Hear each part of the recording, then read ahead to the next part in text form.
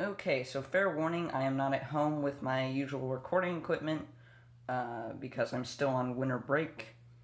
I am going to use that kind of stuff for the big project where I review all the movies I saw last year, but for this one, I feel like we can just take a laid back approach, and I want to talk about my most anticipated movies of next year, the ones I'm personally most excited for. Your list will probably be very different from mine. I can spoil it for you right now. There'll be no Disney live action remakes on this list, even though there are going to be like four of them, something crazy like that coming out next year. It's cool if you're looking forward to them. Personally, not my thing.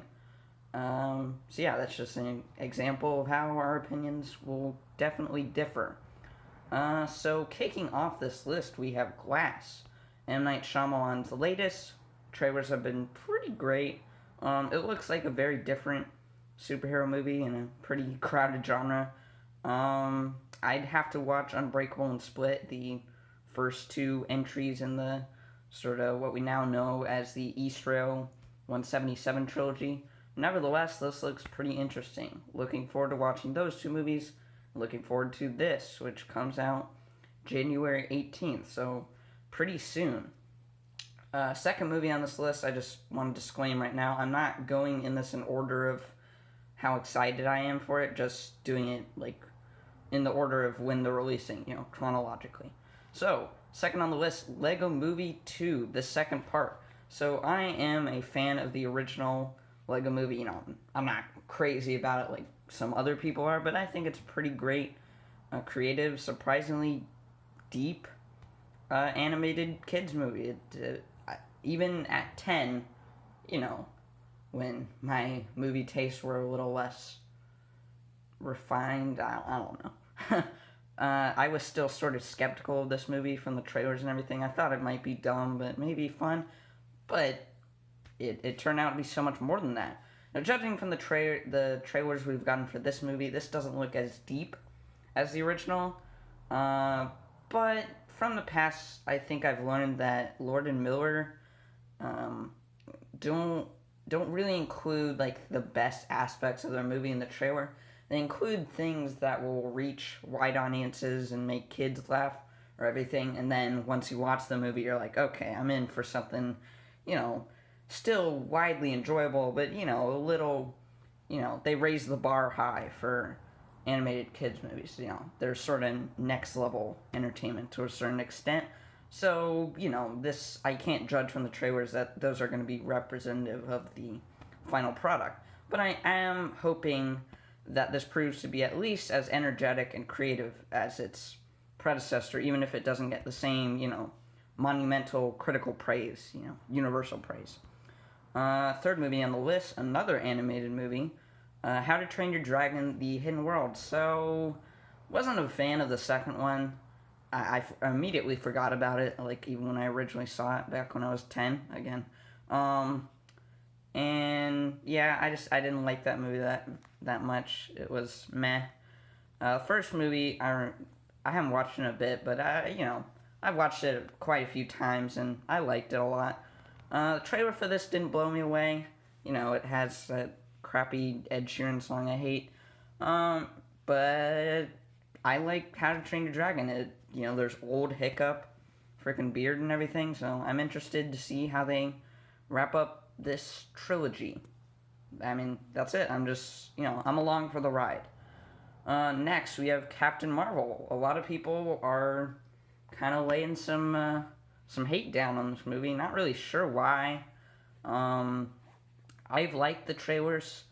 I think they, as I've said before on Twitter and stuff, they capture a feeling rather than capturing the plot synopsis. It looks pretty inspiring. There's some potentially interesting stuff to go into. These are directors that haven't done a lot of previous work, so it's kind of hard to be sure about this movie. It's not as much of a sure bet as, the other Marvel movies releasing next year, but I'm still looking forward to it. They have my trust.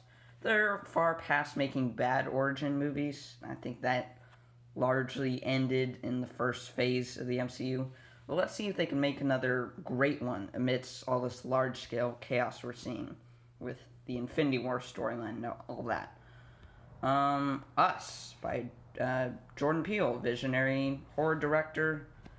Did Get Out. Really, really liked Get Out. Trailer for this was pretty interesting. I think he kept some of the meaning of the film sort of under wraps, you know. But it does seem like he's still going for social commentary. It's just he didn't spoil it for us like he did in the Get Out trailers. A lot of people complain about those. So, we don't know a ton about it, just a basic premise. But if it's anything like his past movie, we're in for quite a treat. I'm not a big horror movie fan, but Jordan Peele restores my faith in the genre. Hopefully this will be just another amazing entry in his repertoire. Hellboy remake. I started watching the original on Netflix, wasn't really into it. I stopped about 40 minutes through.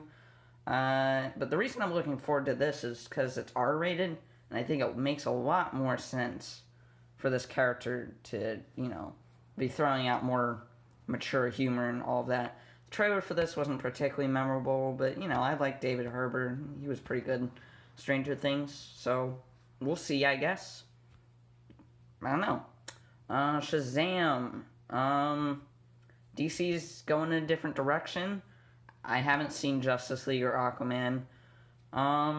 But this movie, the most, looks like their, could be their best work, or at least, up there.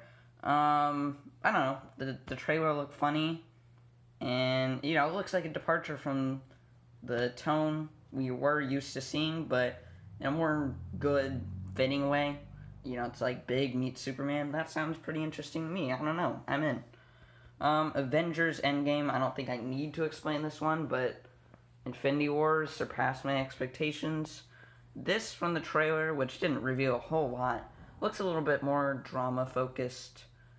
Doesn't look as big and action-packed. I'm sure we'll have third act battle or whatever, but, that could either be a very good thing or it could be, I don't know, something that doesn't really work out, but I don't know, looks like Russo Brothers' dialogue writing is still on point, so I don't know, I'm looking forward to it, not really sure, I don't know, I kind of know what we're getting into, but I guess I don't know quite where they're gonna take it, if that makes any sense. It definitely doesn't. Rocket Man, I don't know, Elton John's pretty cool. I've only really listened to his big work. Hopefully this won't be as bland as I heard Bohemian Rhapsody was in the biopic genre, but I guess we'll see. Dark Phoenix, another superhero movie that people are really not really looking forward to. I need to catch up on some X-Men, or catch down. I guess they're doing prequels now, but this movie takes place 10 years later than the things that I don't know. I've watched the first two X-Men movies in the early 2000s, and, they weren't amazing. I thought they were pretty good, but I don't know. I really like the trailer for this one. I guess it's just kind of disheartening to see the situation this movie's in. And, I'm personally not actually all that gung-ho about the X-Men joining the MCU. I just want the management and directors that work at Marvel Studios to take control so they can more consistently bring quality films. That's what I'm about for this. I don't really care about seeing the X-Men interact with the Avengers, because I'm just not really sure how that's going to work. This entire race of mutants, how are you going to make that work in a... I don't know. I'm sure they'd figure it out, but it's definitely something I'm skeptical about. And it's very easy to get wrong and just come off as, hey, we want more money to build another franchise or whatever. And, it is about that, but, could at least be a little less transparent. Spider-Man Far From Home. I love Spider-Man. It looks like this has much higher stakes and a bigger cast. I guess we'll see if that makes it better or worse. One thing, I like the idea of Spider-Man on a Europe vacation. They just have to justify it. Because if you know Spider-Man, he's not a rich dude. He's pretty poor. And that's something they didn't really emphasize too much in Homecoming that was a little disappointing for me.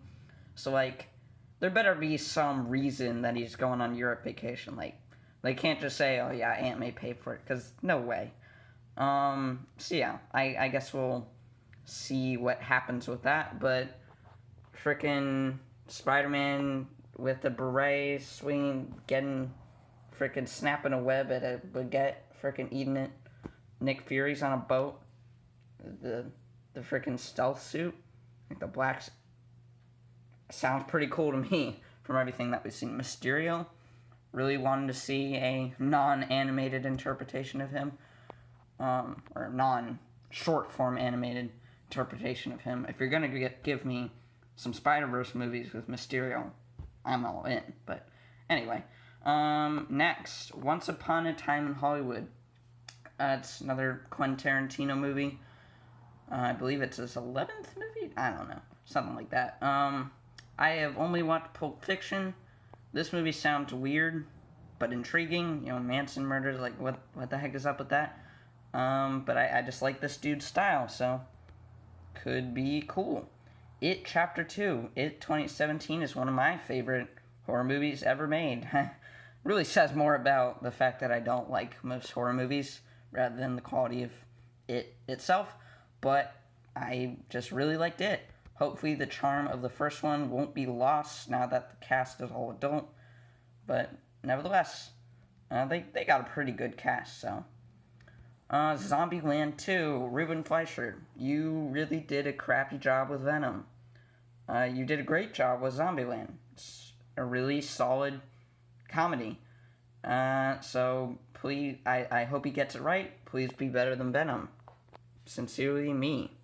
Joker, not as I said. So you can sort of guess for my view of Venom. I'm not too stoked about solo villain movies at all. And also, I'm kind of done with the Joker. Like, can they use a different Batman villain? But no, they're going to use Penguin again or something. It was like, dude, Danny DeVito did him. How can you top that? But curiosity is going to get the best of me. So, what freaking dude from Her as the Joker? That's weird. That's interesting. I'm in. I'm sorry. I'll give you all my money. Addams Family animated film is not on a lot of people's radars, I guess. But I like the Addams Family. I own all the seasons on DVD. I like the 90s live action films. And Elsie Fisher being in it alone sold me, from 8th grade. The movie, I don't go to school with Elsie Fisher. I wish I did, though. Jumanji, Welcome to the Jungle sequel.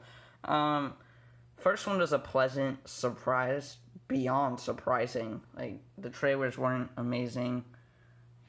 It wasn't something I was anticipating liking.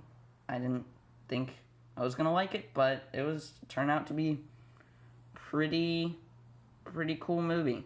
This could very well be bad. I still have skepticism, but my friends are gonna drag me to see it, and I'll be complacent. What are they gonna do with it? I have no idea. Freaking Jumanji Cinematic Universe. Like, how are they, what? But I'll see it.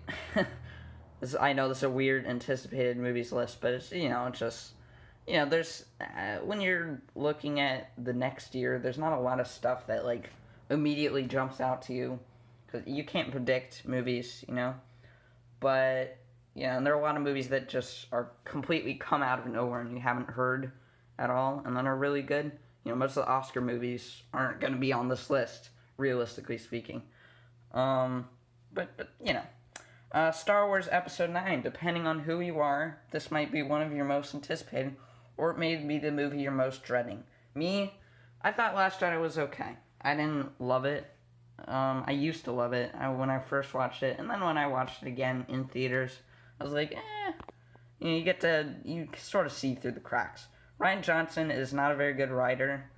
J.J. Abrams is definitely a better writer. Not as visionary as Rian Johnson was. He didn't take Star Wars to any new place, which is why I prefer The Last Jedi. But, I don't know, it's just, how are you going to pick up the pieces that are just scattered across the floor by Rian Johnson? Like, I think I know where Avengers 4 is going to go based on that cliffhanger and all the news we have around it, but this, absolutely no idea. And I gotta admit, that's pretty refreshing. Last on this list, Wicked. This has been, I've been anticipating this for a while, because this is my favorite musical, play-wise, and it's being turned into a film. Need I say more? Alright, there you have it. That is my most anticipated list. About 19 movies that, just jump out at me. I'm really looking forward to them. Leave, your top 10 most anticipated, or whatever, however many. Don't write a book, but, down in the comments below. And I will see you probably next with movies I saw in 2018. Big video coming up. I still want to see a few more movies, with the Oscars coming up. Some have come out on Hulu, some on Prime, so, gotta watch a few more of those. And yeah, it's gonna be probably like 50 movies I'm talking about or whatever. So, it's gonna be kind of a long video. Hopefully you have patience. I might split it up into 2 parts. Who knows? It just depends on how long I can talk. But anyway, hope you enjoyed this. Leave a like if you did. Subscribe if you like any of my other content for some reason. And as always, I will see you in the next video. Mighty Roar.